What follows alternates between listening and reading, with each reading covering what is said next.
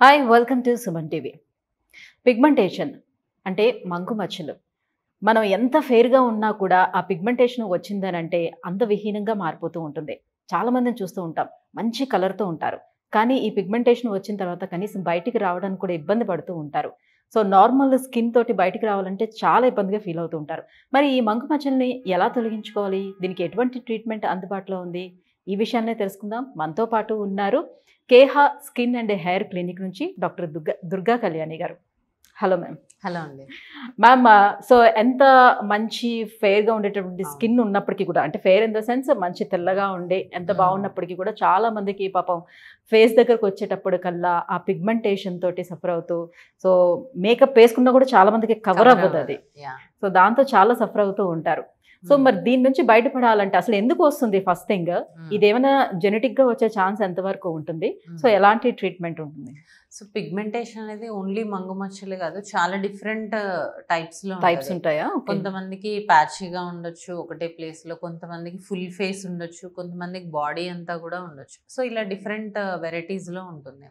Main గా మనకి pigmentation రావడానికి రీజన్స్ ఏంటి అంటే, జెనెటిక్ ప్యాటర్న్ ఖచ్చితంగా ఉంటుంది. మన మదర్కి ఉంటే వాళ్ళకి కొంచెం లేట్గా వచ్చింది, మనకి ఎర్లీగా కూడా రావచ్చు బికాస్ ఆఫ్ మన లైఫ్ స్టైల్.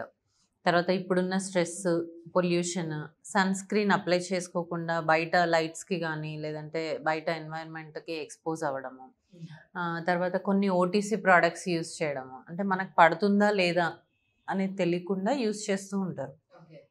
సో ఇలా రకరకాల రీజన్స్.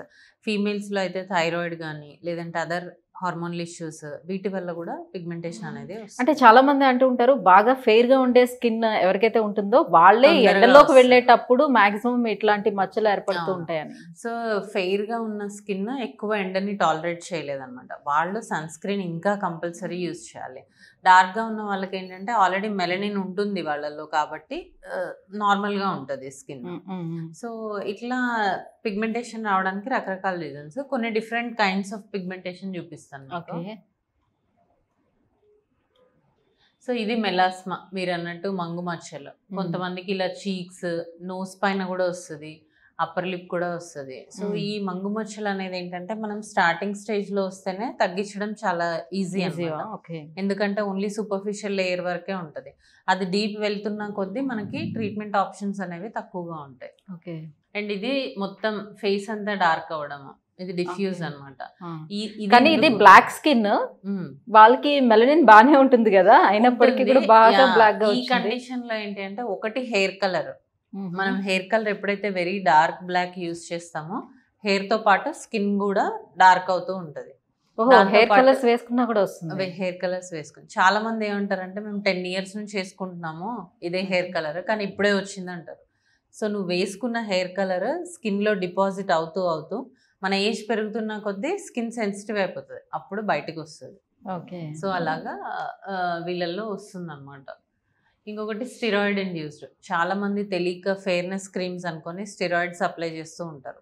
స్టార్టింగ్ లో బాగానే ఉన్నా కూడా తర్వాత ఇలాంటి సైడ్ ఎఫెక్ట్స్ వస్తాయి. పిగ్మెంటేషన్ రావడం, పింపుల్స్ రావడము, తర్వాత స్కిన్ చాలా సెన్సిటివ్ అయిపోవడం, ఇట్లా అవుతూ ఉంటుంది. అంటే మార్కెట్ లో రకరకాల ప్రొడక్ట్స్ ఈ ఫెయిర్నెస్ కోసం అని దొరుకుతూ ఉంటాయి. సో ఎవరి స్కిన్ కి ఏది సెట్ అవుతుందో తెలియదు. మనం నార్మల్ గా యాడ్ చేసి తీసేసుకుంటూ ఉంటాం. ఇంగ్రీడియంట్స్ ఏముంటాయి కూడా తెలియదు. చాలా మంది మెడికల్ షాప్ కి వెళ్ళేసి మేము తెల్లగా అయిపోవాలి అంటాడు. వాడేం చేస్తాడు, స్కిన్ లైట్నింగ్ క్రీమ్స్ ఇస్తాడు. దానివల్ల వాళ్ళకి ఫస్ట్ పెట్టుకోగానే బాగా అనిపిస్తుంది, అమ్మ బాగుంటున్నాం అని, కానీ సెన్సిటివ్ అయిపోతుంది స్కిన్. ఇలా తర్వాత ఇలా వస్తాయి అన్నమాట. సో ఇది క్లోయాస్మా అనే కండిషన్. జనరల్ గా ప్రెగ్నెన్సీలో కూడా స్కిన్ డార్క్ అవుతూ ఉంటది. సో కొంతమందికి నెక్ దగ్గర ఎక్కువ డార్క్, అది వెయిట్ వల్ల అవుతుంది. ఫేస్ పైన వచ్చే మచ్చల్ని క్లోయాస్మా అంటారు. ఇదేంటంటే టెంపరీ ఉంటది, ఓన్లీ ప్రెగ్నెన్సీలో ఉంటది, తర్వాత తగ్గిపోతుంది. కానీ కొంతమందికి మాత్రం ఇట్లా పర్సిస్ట్ అయిపోతూ ఉంటది, అంటే అలాగే ఉంటది అన్నమాట. So smokers face, smoking, alcohol ఉన్న వాళ్ళకి, B12 డెఫిషియన్సీస్ ఉన్న వాళ్ళకి, తర్వాత iron deficiency, D3 deficiency, hormonal issues ఉన్న వాళ్ళందరికీ కూడా స్కిన్ అనేది డ్యామేజ్ అయిపోతుంది. మెయిన్గా స్మోకింగ్ వాళ్ళలో ఏంటంటే ఏజింగ్ ఫీచర్స్ తొందరగా వస్తాయి.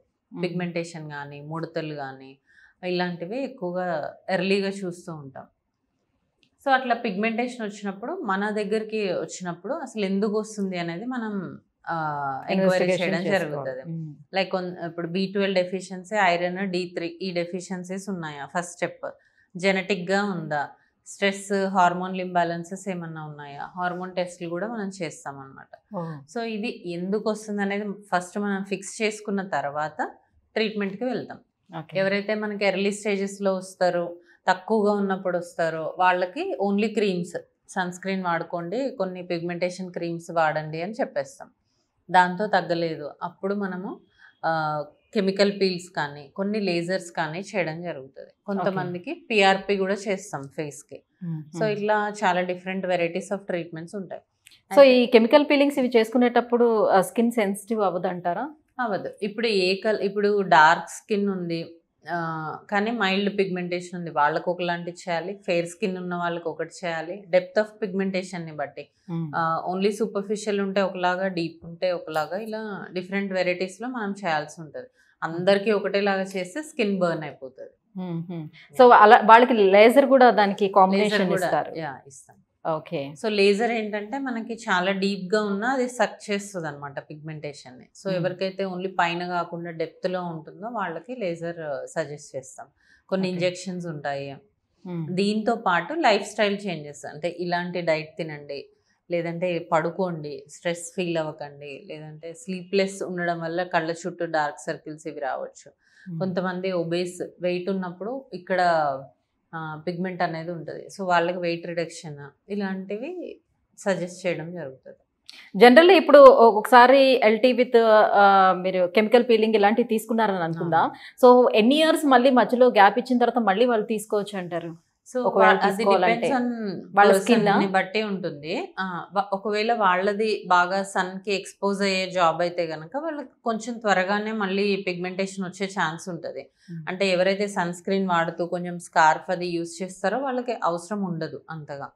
లేదు మీకు ఏదైనా ఫంక్షన్స్ ఉన్నాయి కానీ కొంచెం పిగ్మెంటేషన్ అనిపిస్తుంది, దెన్ రెగ్యులర్ ట్రీట్మెంట్ కి రావచ్చు. Right. So life style changes చేసుకోవాలి విత్ ట్రీట్మెంట్ తో పాటుగా లైఫ్ స్టైల్ చేంజెస్ చేసుకుంటే బాగుంటుంది. మీ ట్రీట్మెంట్ చేసుకుంటున్నాం మేము తగ్గట్లేదు అంటారు. సో నీ లైఫ్ స్టైల్ కూడా చాలా ఇంపార్టెంట్. ఏం డైట్ తింటున్నావు, లేదంటే ఎలా బయటికి వెళ్తున్నప్పుడు ఏ ప్రొటెక్షన్ తీసుకుంటున్నాం అనేది చాలా ఇంపార్టెంట్. సో తర్వాత కూడా ఎనీ ఫెయిర్నెస్ క్రీమ్స్ ఇలాంటివి వాడకుండా ఓన్లీ ఫర్ మాయిశ్చరైజర్స్ ఇలాంటివి మాత్రమే యూజ్ చేయాలంటారా? సో ఇప్పుడు పిగ్మెంటేషన్ ఉన్న వాళ్ళకి ఆ బేస్డ్ అంటే కోజిక్ యాసిడ్ కానీ, ఆర్బిటెన్, నయాసినమైడ్ ఇలాంటి క్రీమ్స్ మనం యాడ్ చేయడం జరుగుతుంది అలాంగ్ విత్ సన్ స్క్రీన్. వాళ్ళకి ఓన్లీ మాయిశ్చరైజర్ సరిపోదు, ఈ పిగ్మెంటేషన్ క్రీమ్స్ కూడా యూజ్ చేయాలి. అంటే ఇప్పుడు కొన్ని రకాల క్రీమ్స్ ఓన్లీ నైట్ టైమ్స్ మాత్రమే యూజ్ చేస్తామని ఇస్తూ ఉంటారు కదా, అలాంటివి ఏమైనా సరే డే టైమ్ లో యూజ్ చేసి వాళ్ళ ఎండకి ఎక్స్పోజ్ అయితే సో ఇలా అయ్యే ఛాన్స్ ఎంతవరకు ఉంటుంది? ఖచ్చితంగా ఉంటుంది ఇలా అయ్యే ఛాన్స్. ఎందుకు అంటే కొన్ని నైట్ క్రీమ్స్ మనం నైటే యూజ్ చేయాలి, దానికి లైట్ పడకూడదు అనమాట. ఫర్ ఎగ్జాంపుల్ రెటినాల్ క్రీమ్స్ అంటే యాంటీ ఏజింగ్ క్రీమ్స్ యూజ్ చేసినప్పుడు అది లైట్ ని తీసుకోలేదు, సో దానివల్ల స్కిన్ సెన్సిటివ్ అయిపోతుంది. అప్పుడు మనం ఏం చేస్తాం, నైట్ అది యూజ్ చేసి మార్నింగ్ మంచిగా ప్రాపర్ సన్ స్క్రీన్ అప్లై చేసుకునే బయటికి వెళ్ళండి అని చెప్తాం. Thank you ma'am, thank you so much. So pigmentation అసలు ఎన్ని రకాలుగా ఉంటుందని, ఎలా ట్రీట్ చేయొచ్చు, లైఫ్ స్టైల్ ఏం చేంజ్ చేసుకోవచ్చు, ఇవన్నీ కూడా తెలియజేసినందుకు thank you so much. Thank you.